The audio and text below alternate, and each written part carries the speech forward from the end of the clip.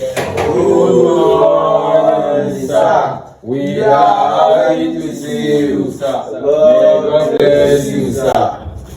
Sit down, sit down. The topic for today is letter writing. No, sir. What? Jiya ka ce za ka yi mana bayani akan abin da ake nufi da tunubi. Okay. You say? Jiya ka ce za ka mana bayani akan abin da ake nufi da ma'anar tunubi. Na baka glass captain.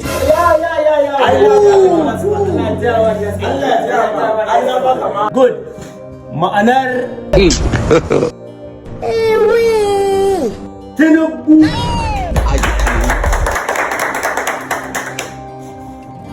Yawa daga cikin ku ba wanda ya san ma'anar Tinubu, ko akwai wanda ya sani? Ba ku sani ba. Ba ku sani ba ko? How far do we have this? Yau zan gaya muku, zan koya muku me ake nufi da Tinubu. Wannan C ɗin ta farko, mun san me take nufi? Talauta ƙasa. We need to quiet.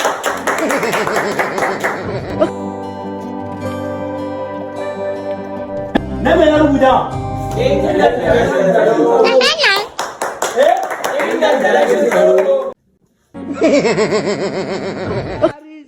Wane ne ya mu wannan? Go and ask your grandfather. Sai ka faɗa yi. Sai dai kai din. To, wannan na din tana nufi. Continue. Najeriya ta Malta. Zama ne ana sace ma'adanan mu. Kurɗaɗen mu nan ake ɗauki a tafi Malta jiya me? A yi refinery na mai.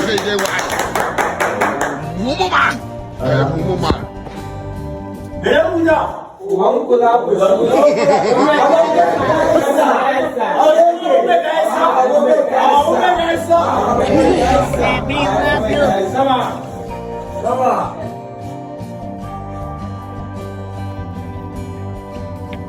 Wanda ga abu? Bana tausayi.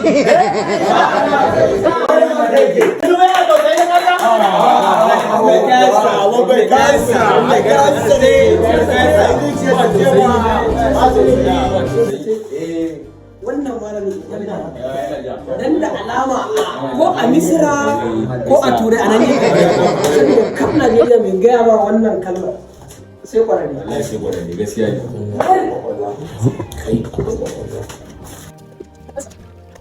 Wannan na ƙarshen. Uba me son ƴaƴansa.